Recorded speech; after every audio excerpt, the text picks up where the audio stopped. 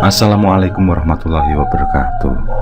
Selamat datang kembali di channel Pen Invasion, channel yang menyuguhkan video cerita bergambar seputar misteri. Simak terus video dari kami.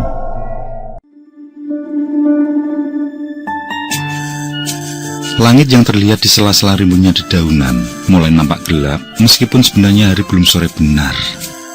Warna yang semula biru cerah itu perlahan tertutup oleh awan yang semakin lama semakin berwarna gelap pekat. Keadaan seperti itu biasanya akan berubah menjadi hujan deras, bahkan bisa disertai petir.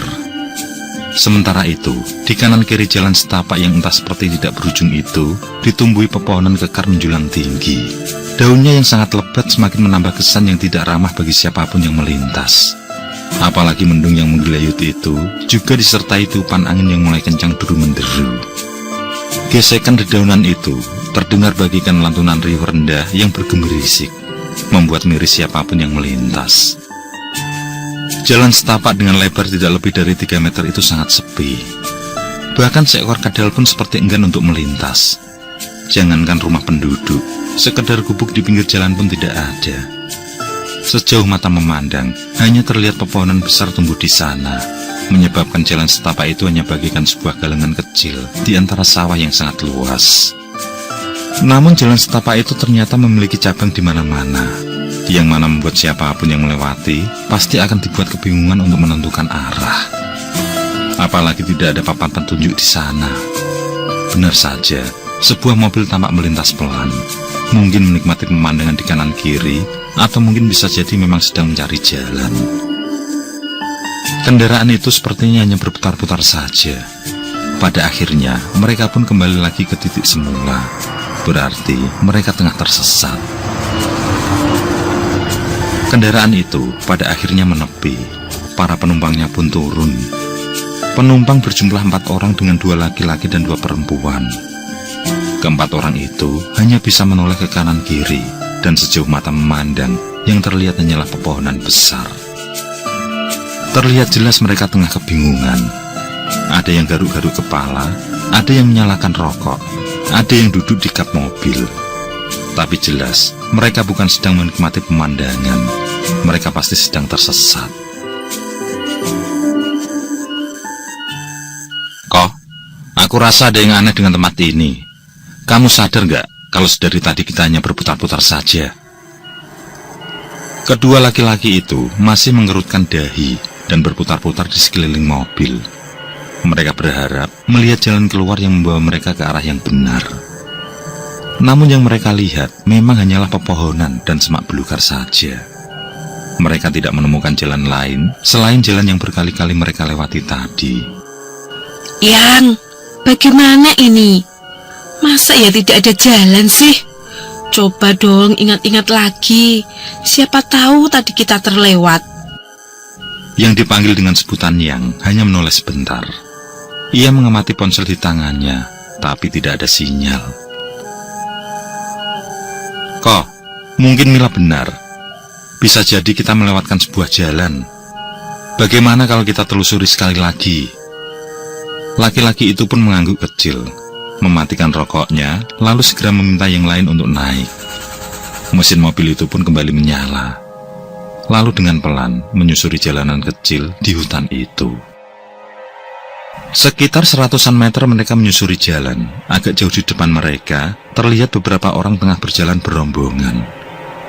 Dari kejauhan, terlihat kalau beberapa orang itu kesemuanya perempuan.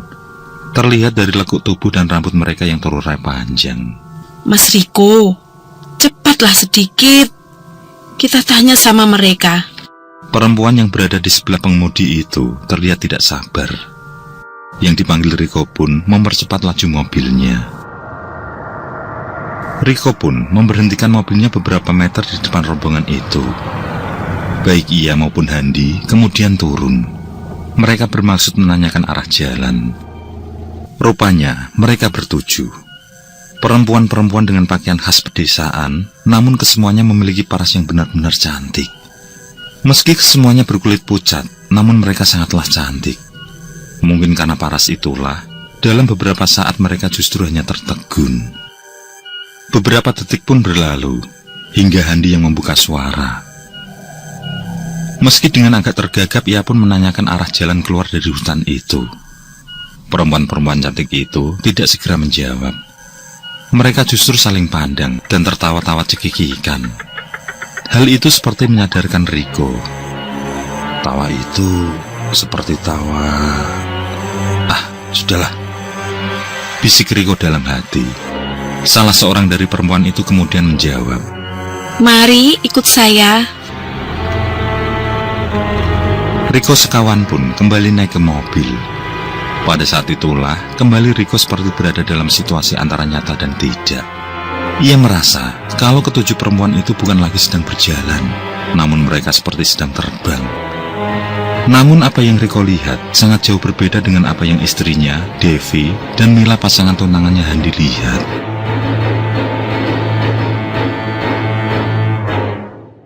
Handi dan tunangannya mengatakan kalau perempuan-perempuan itu berjalan dengan langkah biasa. Begitupun Devi, ia melihat kalau mereka juga berjalan selayaknya orang biasa. Riko tergagap dan baru menyadari kalau ia membawa mobil dalam kecepatan hampir 80 km per jam. Namun perempuan-perempuan itu masih terlihat berada di depan mobil yang ia kendarai. Dan perjalanan dengan kecepatan hampir 80 km per jam tentulah sudah membawa mereka jauh dari titik awal bertemu para perempuan itu. Perempuan-perempuan itu tiba-tiba menghentikan langkah. Dengan terpaksa pula, Riko menginjak pedal rem dalam-dalam. Riko dan yang lain saling berpandangan. Mereka belum yakin sudah berada di jalur yang benar karena ketika mobil berhenti, di kanan kiri mereka masih terlihat hutan yang sama. Handi dan Milalah yang mula-mula turun. Pada saat itulah, lutut keduanya seperti lemas kehilangan tulang. Bagaimana tidak? Tempat di mana mereka berdiri itu tidak lain adalah tempat di mana mereka berhenti tadi. Mereka kembali ke titik awal. Handi dan Mila menunjuk-nunjuk sebuah pohon beringin yang sangat besar di seberang mereka. Pohon itulah yang mereka kenali dan itu sungguh sangat jauh di luar nalar. Namun kenyataannya, mereka kembali berada di tempat itu. Begitupun Riko dan istrinya. Mereka pun sama-sama merasakan keanehan itu. Di manakah sebenarnya mereka? Pertanyaan itu timbul di alam pikiran masing-masing. Dalam perasaan tidak karuan, tiba-tiba saja muncul seorang pria parubaya berusia sekitar 50-an tahun. Pria itu tertawa renyah, disusul dari bibirnya tersungging satu sikap keramahan. Pria parubaya dengan kumis tipis berwibawa itu memandangi Riko sekawan. Setelah itu, si pria parubaya tertawa terbahak. Meski sikap itu aneh, toh Riko dan yang lain serasa keluh untuk sekedar bertanya. Kalian sedang tersesat, tapi tidak perlu panik. Dan berhubung kalian sudah berada di wilayah kami, maka izinkan kami untuk menyambut kalian berempat sebagai tamu istimewa kami. Mari, ikut saya. Ucap pria parubaya itu, dan tanpa membuang waktu, telah melangkahkan kaki. Di belakangnya, ketujuh perempuan cantik itu mengikuti, sedangkan Riko sekawan, bagai kawanan bebek yang digiring pulang ke kandang, mereka tampak manut saja mengikuti rombongan di depan mereka. Dalam perjalanan itu, nampak oleh Riko sekawan satu pemandangan yang sangat elok. Mereka melihat pegunungan yang sepertinya hanya tinggal beberapa langkah saja sampai. Mereka juga melihat air terjun di beberapa tempat. Apalagi sawah menguning yang terbentang luas. Melihat pemandangan yang indah di mata itu, secara perlahan mereka berempat seperti hilang kesadaran. Dan mereka pun lupa dengan apa yang sedang terjadi.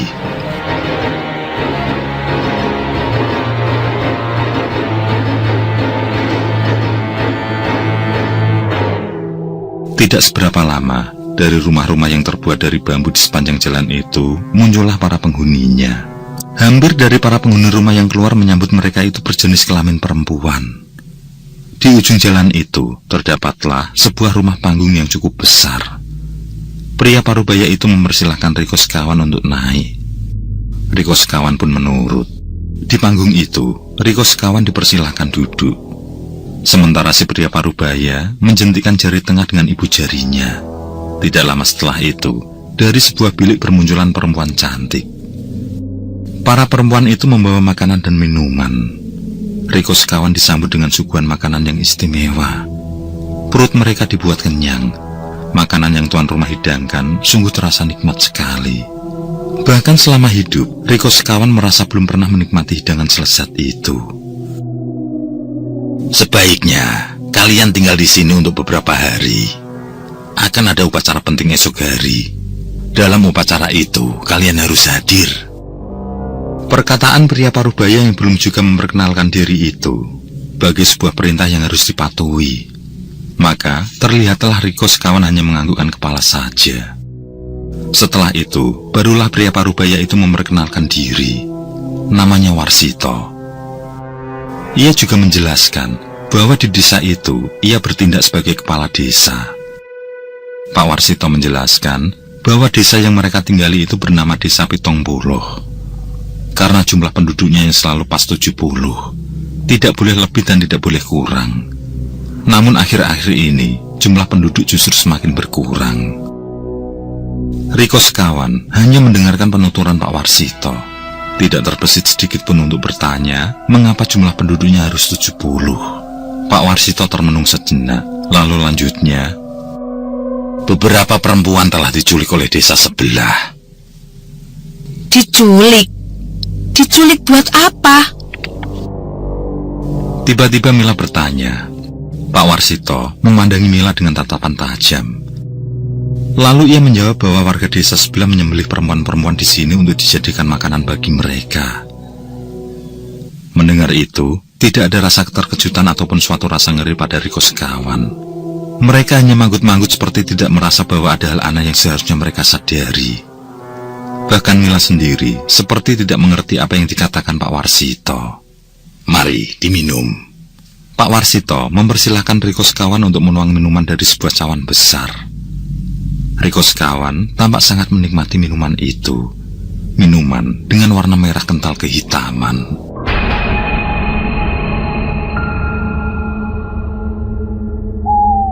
Entah sudah berapa lama Riko sekawan tertidur pulas. Devila yang pertama bangun. Ia mendengar suara ramai sorak-sorai di luar gubuk tempat ia dan suaminya menginap. Ia dan Riko memang diberikan sebuah gubuk untuk menginap. Sedangkan Hanti dan Mila berada di gubuk sebelahnya. Gemuruh sorak-sorai itu pun membangunkan Riko. Keduanya lantas saling pandang. Bergegas, keduanya segera mengintip dari balik anyaman yang sedikit berlubang. Suasana di luar hanya tampak remang-remang saja. Riko hendak mengetahui pukul berapa saat itu, namun ia terbelalak karena jam tangannya tidak lagi melingkar di tangan.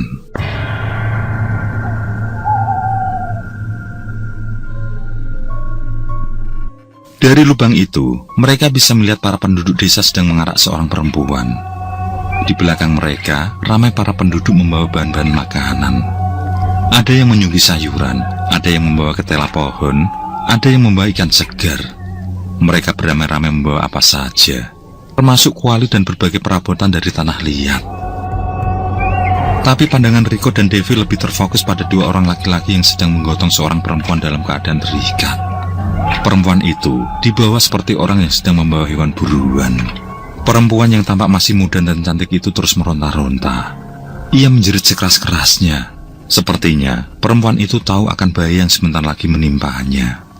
Namun sekuat apapun ia meronta, ikatan itu memang benar-benar kuat sehingga percuma baginya mencoba melepaskan diri. Belum tahu apa yang sedang terjadi, baik Riko maupun Devi mendengar suara ketukan. Segera, Riko membuka pintu gubuknya. Rupanya di luar Hanti dan Mila sudah ikut membaur bersama para penduduk desa. Terlihat juga kepala desa, Pak Warsito, tersenyum lalu melambaikan tangan, tanda meminta Riko dan Devi untuk ikut bergabung. Perjalanan itu menuju ke sebuah area berupa lapangan. Kesibukan seketika dimulai sesaat setelah mereka tiba di tanah lapang itu. Mereka tampak sedang mengadakan pesta besar-besaran. Riko sekawan tidak tahu harus berbuat apa. Berempat hanya memandangi aktivitas yang sedang berlangsung. Mereka bahkan juga tidak tahu apa yang dilakukan para penduduk itu. Dalam suasana tidak jelas siang ataukah malam itu, tiba-tiba terdengar suara lantang seorang laki-laki. Mereka yang sedang beraktivitas pun menghentikan pekerjaan mereka. Semua mendengarkan apa yang akan disampaikan kepala desa mereka dengan penuh perhatian. Saudara-saudaraku, Hari ini kita mengadakan pesta karena kebahagiaan tengah menaungi desa kita. Pertama, Raka dan Siwis benar lagi akan memiliki jabang bayi. Dan aku bisa melihat kalau jabang bayi yang akan dilahirkan adalah bocah laki-laki. Itu berarti tidak lama lagi kekuatan desa ini akan bertambah. Kalian semua tahu, sudah beberapa tahun ini selalu bocah perempuan yang dilahirkan. Untuk itu, mari kita rayakan kebahagiaan ini. Sorak-sorai pun pecah. Para penduduk terlihat sangat bergembira karena sebentar lagi akan lahir bocah laki-laki di desa mereka. Hanya Riko sekawan yang masih juga belum paham dengan apa yang terjadi. Toh laki-laki dan perempuan apa bedanya? Riko sekawan hanya ikut-ikutan tepuk tangan ketika semua tepuk tangan. Mereka juga ikut-ikutan tertawa saat para penduduk semua tertawa. Riko sekawan tidak menyadari bahwa jumlah laki-laki dalam keramaian itu hanya bisa dihitung dengan jari. Pak Warsito kemudian melanjutkan bahwa kebahagiaan yang kedua karena telah berhasil mengambil satu penduduk milik desa sebelah, dan keberhasilan itu harus dirayakan. Kalian ingin selalu makan daging, kan? Pertanyaan itu dijawab dengan sorak-sorai gegap gempita. Suasana tiba-tiba kembali hening ketika dua orang laki-laki terlihat membawa seorang perempuan ke tengah-tengah penduduk desa itu. Melihat hal itu, para penduduk pun serentak mendekat. Tidak terkecuali Riko sekawan. Mereka seperti hendak menyaksikan suatu pertunjukan. Dua orang laki-laki itu pun membaringkan perempuan itu. Satu orang kemudian memegangi tangan yang terikat ke belakang, sedang laki-laki satunya dengan kuat memegangi kakinya. Bersamaan itu, kepala desa kembali berpidato singkat. Dengan lantang, ia mengatakan bahwa di hari itu ia akan membalas apa yang dilakukan warga sebelah pada perempuan-perempuan desanya. Kalian saksikanlah, perempuan itu akan aku sembelih. Setelahnya, silahkan kalian nikmati dagingnya untuk berpesta pora. Mendengar perkataan itu, sekali lagi gegap gempita pun pecah. Mereka benar-benar menikmati suasana itu. Namun raut kecemasan terlihat pada wajah Devi. Meski ia berada di antara sadar dan tidak, dalam hatinya masih sedikit terbesit rasa kasihan. Ia tidak tega kalau perempuan itu disembelih. Ia menghampiri Pak Warsito yang sudah menghunus golok dari sarungnya. Pak, tolong jangan sakiti dia. Apa salah dia, Pak? Devi mencoba membela agar perempuan itu dilepaskan. Devi hendak kembali protes dengan lebih keras. Namun saat itu juga protesnya berhenti karena mendengar bahwa syaratnya adalah dialah yang harus menjadi pengganti perempuan itu. Devi pun pucat pasi dibuatnya. Tentu saja ia tidak mau menggantikan perempuan itu. Ia tidak mau disembelih. Ia masih ingin hidup. Devi pun gemetaran menggelengkan kepala. Bergidik membayangkan lehernya digeseri golok yang tajam. Ia pegangi lehernya, lalu mundur teratur.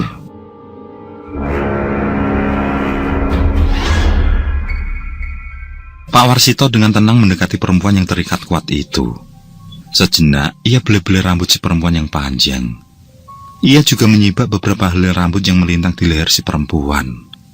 Perempuan itu meski tetap meronta, namun rupanya pasrah adalah jalan terbaik baginya. Perempuan itu hanya bisa memejamkan mata ketika Pak Warsito mendongakkan lehernya. Air matanya mulai mengalir. Si perempuan merasakan benda dingin telah menempel di lehernya. Para penduduk menyaksikan itu tanpa sedikit pun mengeluarkan suara. Semua tegang menyaksikan upacara itu. Mulut Pak Warsito terlihat bergerak-gerak seperti merapal sesuatu. Lalu setelah itu dengan tekanan kuat, golok tajam itu pun digeserkan pada si leher perempuan.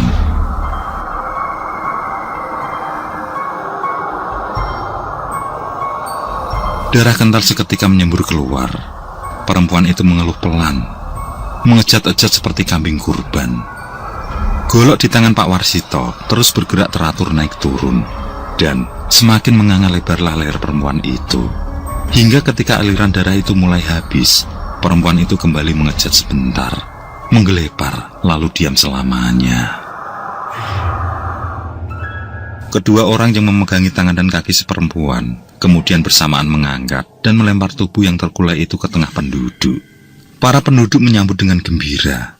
Bahkan terlihat ada di antara mereka yang tanpa jijik sedikit pun menjilati darah yang menggenang di rerumputan. Sementara yang lain memotong-motong tubuh perempuan itu lalu memasaknya.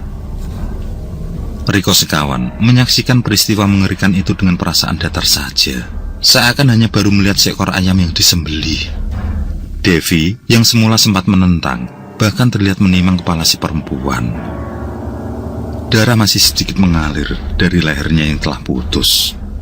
Sejenak ia pandangi kepala itu, lalu melemparkannya begitu saja bagai melemparkan sampah. Beberapa saat pesta pora itu pun berlangsung. Riko sekawan belum mengerti apa yang terjadi ketika secara tiba-tiba Pak Warsisto berteriak keras-keras. Teriakan itu langsung direspon penduduk desa dengan berlarian tunggang langgang. Mereka tidak lagi memperdulikan masakan mereka yang masih tersisa. Ada sesuatu hal yang membuat mereka sangat ketakutan. Tanpa pikir panjang, Riko pun menggeret tangan istrinya. Disusul Handi bersama kekasihnya, yang turut jatuh bangun tertabrak orang-orang yang berlarian. Dalam sekejap, lapangan itu menjadi sepi. Semua barang yang dibawa para penduduk pun ditinggalkan begitu saja. Di desa, suasana kembali tenang. Para penduduk kembali ke rumah masing-masing. Tidak ada seorang pun yang melintas. Mereka juga tidak ramai membicarakan apa yang baru saja terjadi. Meski begitu, Riko sekawan juga tidak terbesit rasa ingin tahu. Mereka seperti lupa, meskipun mereka juga sempat mendengar lantunan sambung-menyambung yang tidak asing di telinga mereka. Sementara itu, baik Riko dan istrinya hanya terbaring di dipan. Pikiran mereka seperti kosong. Begitupun Handi dan Mila. Meski mereka juga berbaring bersama, tapi mereka tidak bercakap-cakap sepatah kata pun. Suasana benar-benar hening. Keheningan yang belum pernah Riko sekawan rasakan sebelumnya.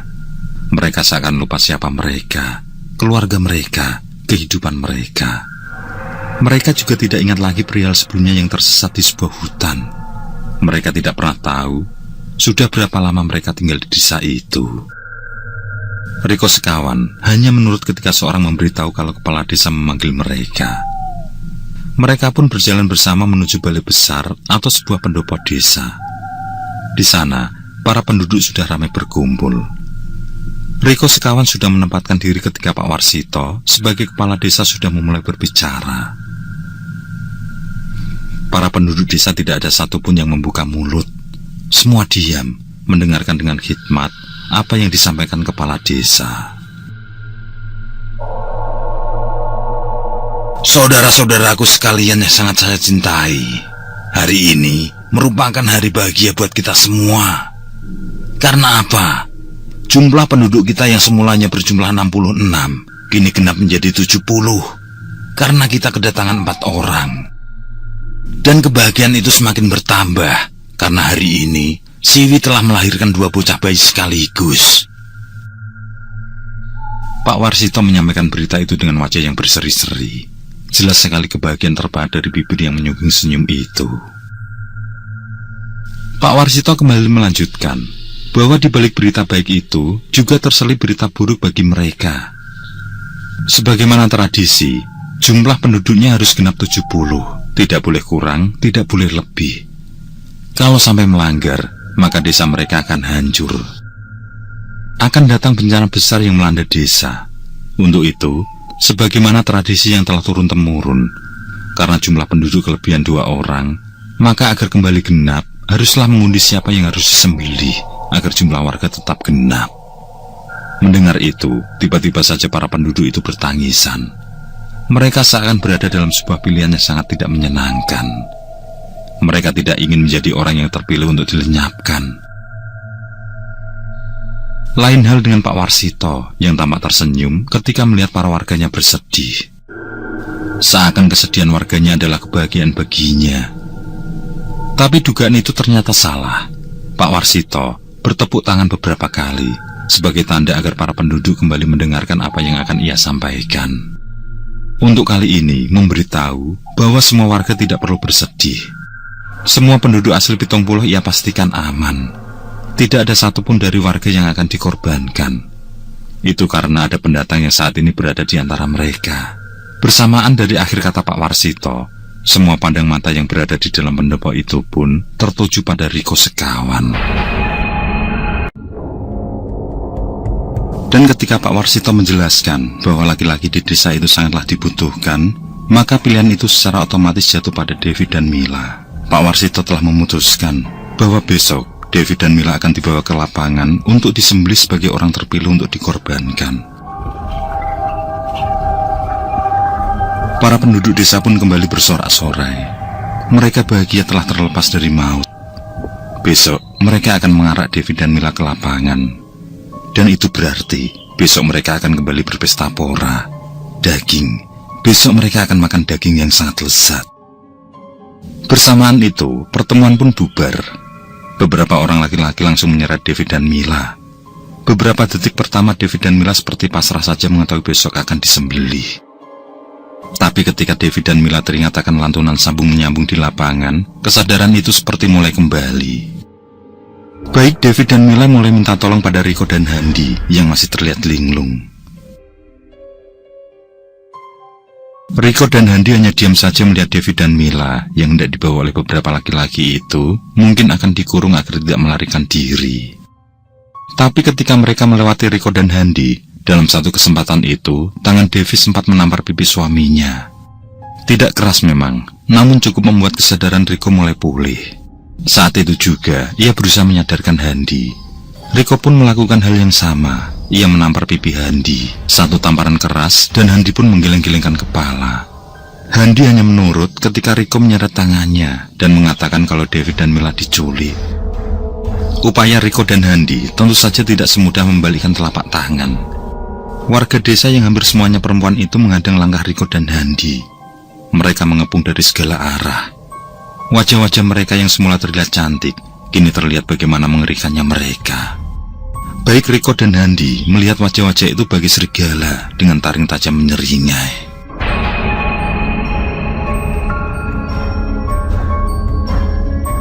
Tidak peduli dengan wajah-wajah buas itu, dengan sekuat tenaga, Riko dan Handi mulai menurunkan tangan.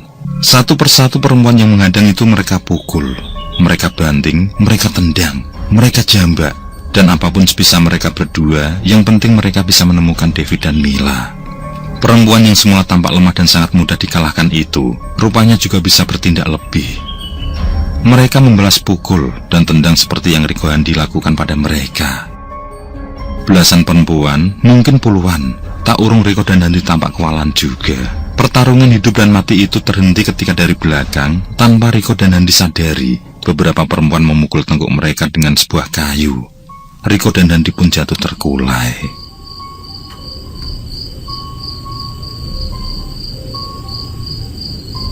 Di sebuah gubuk yang penerangannya remang, terlihat Devi dan Mila tengah berusaha keras untuk melepaskan ikatan pada tangan dan kaki mereka.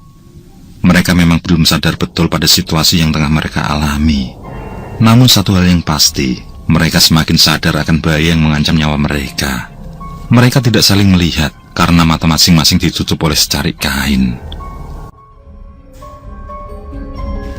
Mila, Mil, Terdengar Devi memanggil.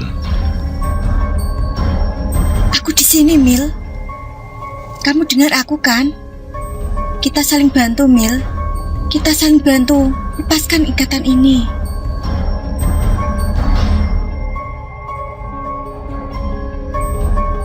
Dev, aku takut, Dev. Mereka bilang besok kita akan disembelih, Dev. Aku belum mau mati, Dev. Aku masih ingin hidup. Mas Riko sama Mas Hendy di mana mereka? Kenapa mereka nggak menolong kita, Dev?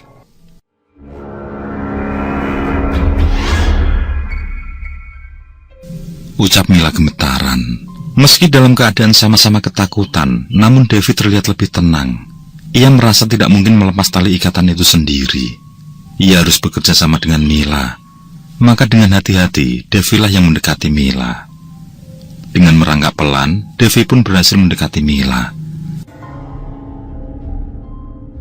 Mereka pun saling bekerja sama agar ikatan itu bisa mereka lepas. Sayangnya, tali ikatan pada kaki dan tangan mereka memang sangat kuat. Sehingga meski keduanya telah berusaha keras, tali itu tetap tidak bisa mereka lepaskan. Justru mereka merasa ikatan itu semakin kencang hingga semakin menyakitkan tangan dan kaki mereka. Keduanya pun hanya bisa pasrah menanti nasib. Dev, aku belum mau mati, Dev. Mila pun terisak, air matanya mengalir deras. Baik Devi dan Mila memang sudah bisa saling melihat karena kain yang menutupi mata mereka sudah terlepas. Namun kini mereka sudah berada di tengah-tengah lapangan. Mereka melihat Pak Warsito tengah berpidato, menyampaikan sesuatu. Dan itu pasti tidak lain tentang upacara pengorbanan itu. Ketika Pak Warsito selesai berpidato, semakin lemaslah Devi dan Mila. Apalagi ketika mereka melihat Pak Warsito mulai mendekat. Melihat golok yang tergantung di pinggang itu, rasanya seperti melihat malaikat maut. Tak terbayang sesaat lagi, mata golok yang tajam itu akan mengiris leher mereka. Tak terbayang pula bagaimana sesaat lagi, darah akan menyembur keluar, lalu entahlah, Devi dan Mila tidak bisa membayangkan semuanya.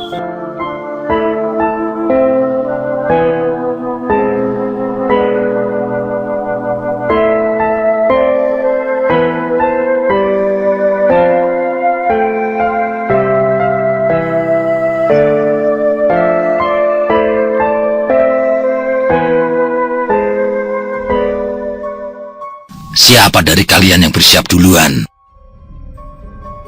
Pak Warsito berkata sembari menimang-nimang golok yang sudah tercabut dari sarungnya. Tidak sedikit pun ada rasa ngeri atau ngilu dengan apa yang akan ia lakukan. Seakan menyembelih orang merupakan hal yang biasa baginya. Pak Warsito ternyata lebih memilih mendekati Mila terlebih dahulu. Mila menangis sejadi-jadinya. Ia berusaha memberontak sebisa mungkin. Namun perbuatannya itu justru membuat dua laki-laki semakin kuat memegangi tangan dan kakinya. Pak Warsito dengan kuat mendongakkan leher Mila. Mata golok pun ia tempelkan pada leher Mila yang putih senjang itu. Para penduduk desa menyaksikan dengan pandang tegang. Kini tinggallah Mila yang pasrah menanti mata golok memotong tenggorokannya.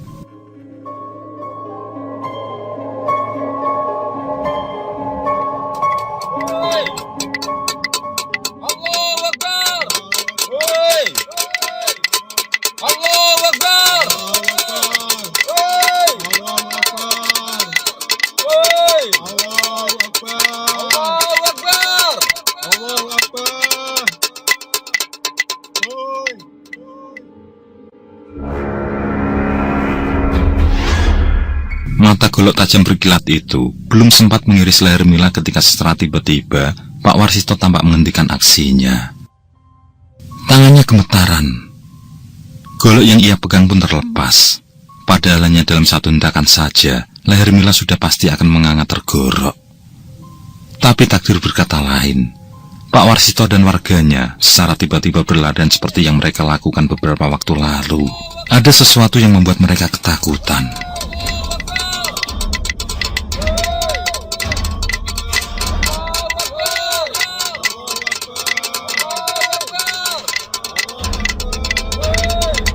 Secara lirih namun jelas terngiang, baik Devi dan Mila mendengar suara itu. Suara yang tidak asing. Suara itu semakin lama semakin terdengar jelas. Suara itu, ya, suara takbir.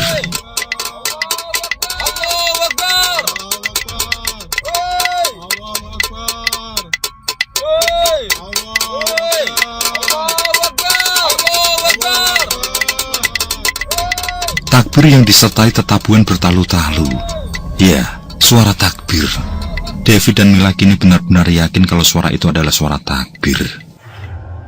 Yang telah terjadi sebenarnya adalah Riko Sekawan telah dibawa oleh jin-jin yang mendiami sebuah desa yang beberapa belas tahun lalu mengalami longsor akibat pergerakan tanah.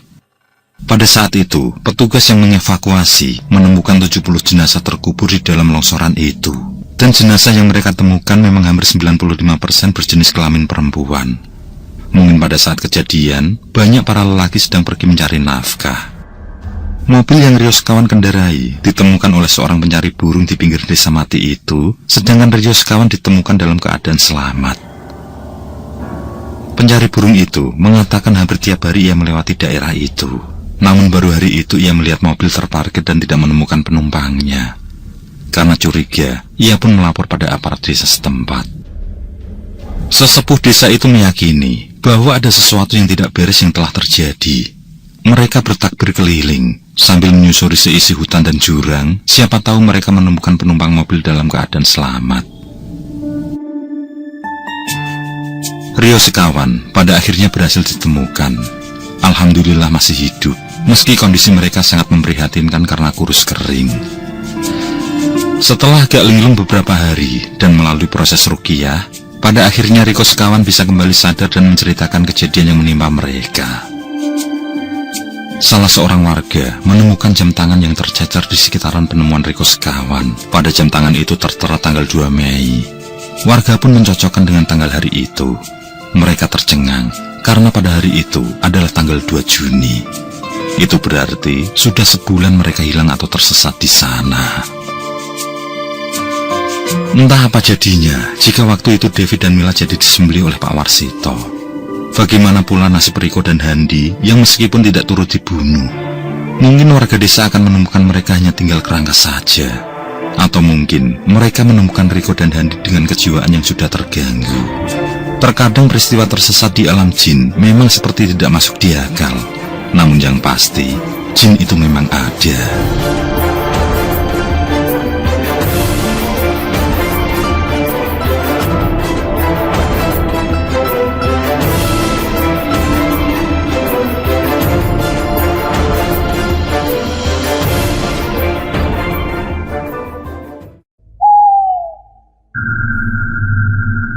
Oke, terima kasih.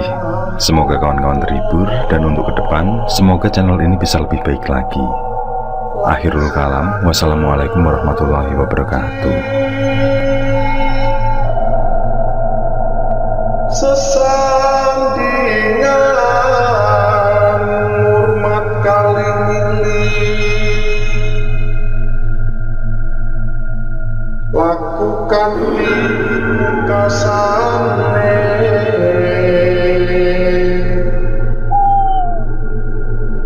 Anda kersanengku.